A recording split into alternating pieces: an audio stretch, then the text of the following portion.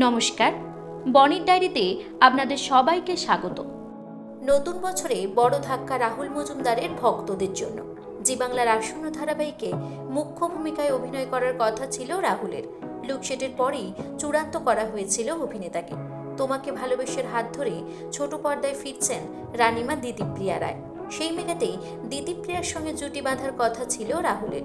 তবে শেষ মুহূর্তে বড় বদল। এই সিরিয়ালে দেখা যাবে না হরগৌরী পায়েস হোটেল খ্যাত রাহুল মজুমদারকে।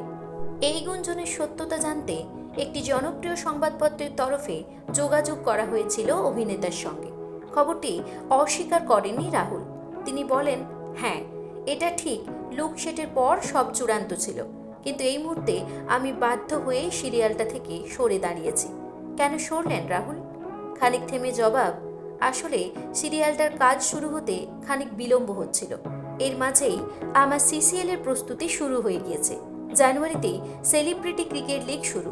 আপাতত সেটাই ফোকাস করতে চাই। আরও একটা কারণ রয়েছে। রাহুল আরও জানান, স্টারের সঙ্গে আমার দীর্ঘদিনের সম্পর্ক।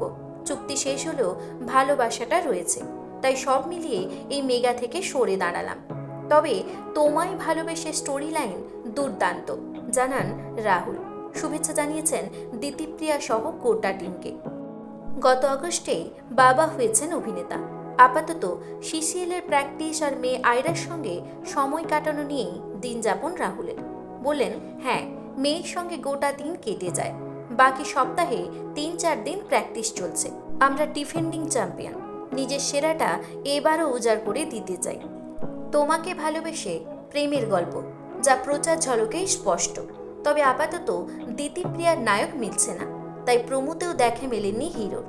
বেশ কয়েকজনের সঙ্গে প্রাথমিক কথাবার্তা হলেও লুকশেট হয়নি নতুন করে। তবে রানিমার হিরো হতে নায়কের লম্বা লাইন। সিরিয়াল প্রযোজনার দায়িত্বে রয়েছে এসভিএফ। এই বিষয়ে আপনাদের কি মতামত তা অবশ্যই কমেন্ট করে জানাবেন। বিনোদন জগতের আরও নিত্য নতুন খবর পাবার জন্য আমাদের চ্যানেলের সঙ্গে জুড়ে থাকুন। ধন্যবাদ।